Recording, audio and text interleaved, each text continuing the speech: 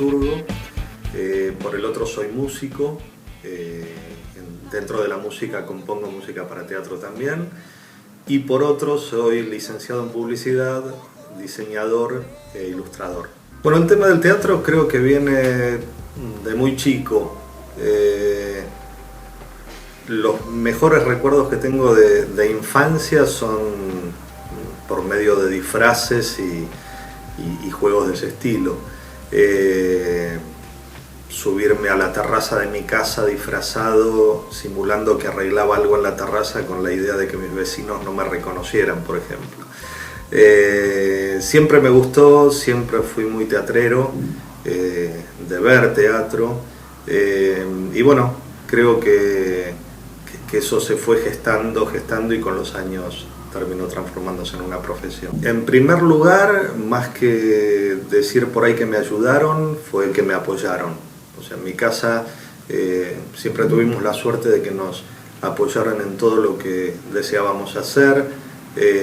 Mi casa siempre estuvo como muy rodeada de arte.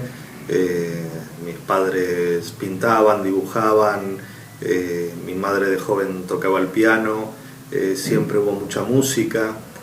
Creo que hasta alguno de mis abuelos incursionó en algo de teatro amateur.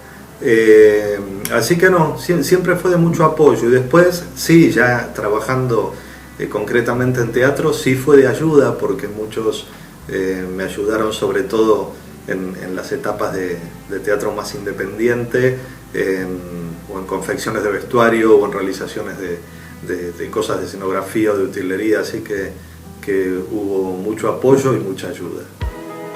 En realidad no tengo un método concreto para escribir. Sí, diría para escribir, porque para dirigir o para actuar ya es otra situación. Pero para crear una obra que sea completamente mía desde el texto, a veces tengo una idea de partida, a veces tengo como la idea general de la obra, sin situaciones concretas, y a veces tengo, como me pasó en el caso de esta última obra que terminé de escribir hace poco y sobre la que todavía estoy trabajando, que tenía el inicio y tenía la imagen de la última escena, sabía cómo iba a ser la última escena de la obra. Entonces fue desarrollar todo el proceso intermedio sin saber cuál iba a ser. La obra fue naciendo y fue surgiendo mediante la escritura y pasó por un montón de lugares que no los tenía pensados de entrada, pero sí arribé a esa última escena que tenía en la cabeza. En general trato de dejarme bastante libertad en la creación, no limitarme de, no sé, primero plantear una estructura y esas cosas, sino como dejar que fluya e ir ordenando en el camino. Tal vez la obra que podría decir de alguna manera que me costó más es una obra en la que justamente estoy trabajando en estos momentos. Es una obra que empecé a escribir hace varios años, que cuando llegué a la mitad de lo que yo calculaba era más o menos la extensión de la obra, me frené, no encontraba cómo seguirla. Sabía que en ese momento en la trama tenía que pasar algo importante, tenía una somera idea de qué, pero no le encontraba la vuelta. Entonces, como no la quería forzar, la dejé guardadita en un cajón. Hace aproximadamente un año y pico me acordé de lo que tenía escrito, lo releí, me gustó, a pesar de la distancia en el tiempo, que uno siempre con la lectura a la distancia encuentra cosas que no las haría de la misma manera, pero sentí que seguía teniendo la vigencia y de lo que yo quería contar, así que aproximadamente en una semana terminé de escribirla. Y después que la tuve terminada, se me ocurrió que podía hacerla musical, lo cual fue un nuevo riesgo, porque era insertar canciones en algo que yo sentía que ya estaba lindo como estaba, que estaba redondo. Entonces, bueno, busqué los lugares de la obra donde insertar esas canciones para que realmente formaran un todo integral. Escribí las letras y en este momento estoy justamente componiendo la música y haciendo los arreglos. ¿Con qué obra me encariñé más? Y todas tienen algo de uno, tienen el cariño y la pasión de lo que uno puso en eso. Es medio difícil, yo creo que es medio como decirle a un padre a cuál de tus hijos querés más, pero tal vez una obra que creo que en sí por la obra, por el contenido de la obra y por la forma en que se trabajó, por el equipo y demás, creo que tal vez es La sentencia del reloj de arena. La sentencia del reloj de arena es una obra escrita por Loïc Lombard, protagonizada por él y Marcos Gómez, que fue una obra muy hermosa no solo en su contenido, sino en el proceso creativo, en el proceso de ensayos, en la concreción, en las funciones. Fue de esas cosas que uno recuerda con mucho cariño porque todo estuvo lindo, todo estuvo bien, todo cerró, hicimos muchos más meses de funciones de las que teníamos inicialmente programadas.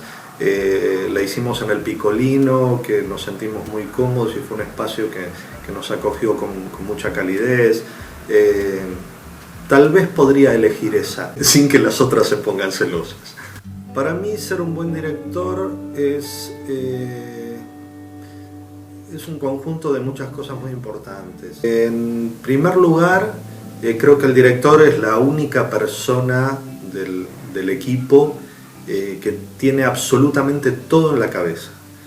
Yo creo que un director no solo tiene que saber qué quiere de la obra, qué es lo que quiere contar con eso, sino que es alguien que tiene que poder trabajar bien con los actores, que tiene que saber de luces, que tiene que saber de escenografía, que tiene que saber de vestuario, que tiene que saber de música.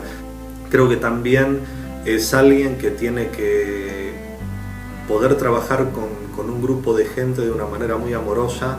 No creo para nada en los directores malhumorados o tiranos. Me parece que eso no tiene nada que ver con el rol, como me parece que no tiene que verlo en ninguna función ni en ninguna profesión.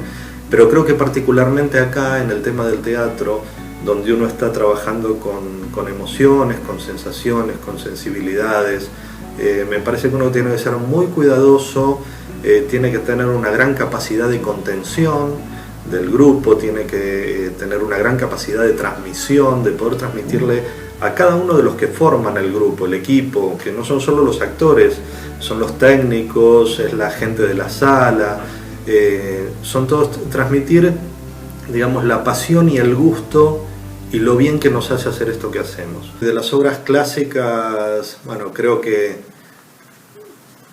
para cualquiera, hacer cualquiera de Shakespeare sería algo no solo sumamente interesante, sino más que nada la adrenalina del desafío, porque también es algo muy difícil. Tal vez de las que podría nombrar, no sé, me viene a la cabeza Ricardo III, por ejemplo. Y otra obra que me gusta mucho también podría ser Antígona, en la versión de Jean Anouilh. Uy, la obra teatral de mi vida sería difícil pensarlo, no sé. Así en primera instancia podría ser un musical, digamos, trabajando con las cosas que yo trabajo y escribiendo teatro o haciendo música, se me viene a la cabeza que podría ir por ese lado. Y el actor que la representaría, ahí sí, creo que sería para mí el trabajo más difícil de poder elegir a alguien en una audición o no audición. Creo que eso se lo dejaría a quien la vaya a dirigir y que me sorprenda. Total, él hará su lectura de mi vida llegado el caso, él o ella. El Teatro del Piccolino es un lugar muy hermoso, del cual tengo muchísimos recuerdos muy lindos. Es una sala, en principio, hablando técnicamente, muy linda, muy bien equipada, técnicamente muy bien equipada, de dimensiones ideales para hacer distintas puestas, pero por lo menos en lo que fue este proyecto, que queríamos hacer como una apuesta muy intimista, se prestó maravillosamente bien, con un trato muy cálido de todos los que de todo el staff, encabezados por Oki Ferriño y Valeria Lorca, y en ese momento nosotros estábamos trabajando con los técnicos, con Gonzalo Calcaño, primero estuvo Iván Ferriño y después lo reemplazó Javier Poplica porque Iván se fue de viaje, las chicas de boletería, la verdad que un espacio muy cálido en el cual nos sentimos muy a gusto, por eso también parte de los lindos recuerdos de La Sentencia tienen que ver con la sala, así que muy agradecidos a este espacio.